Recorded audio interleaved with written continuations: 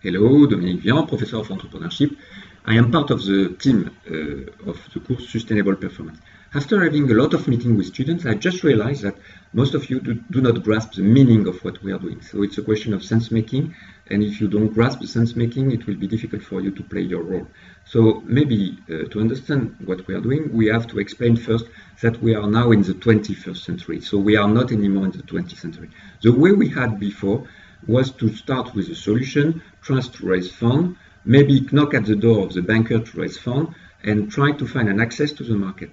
Now we can do it differently. Why? Because the difference comes from the information technology. Now we are able to reach people in one click, and we can reach the crowd.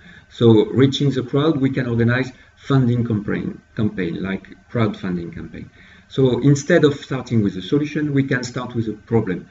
Having the problem, and depending on the awareness about the problem, we can find people just to pay for searching for solution solving such a problem, and it makes a difference. So now we don't need patent deposit. Why? Because if you pay people and if people are paid by the crowd to pay to develop the solution, they don't need patent, and you can have access now to other revenue model based on open source. So I notice also the lack of understanding about new business model based on open source. So please play your role.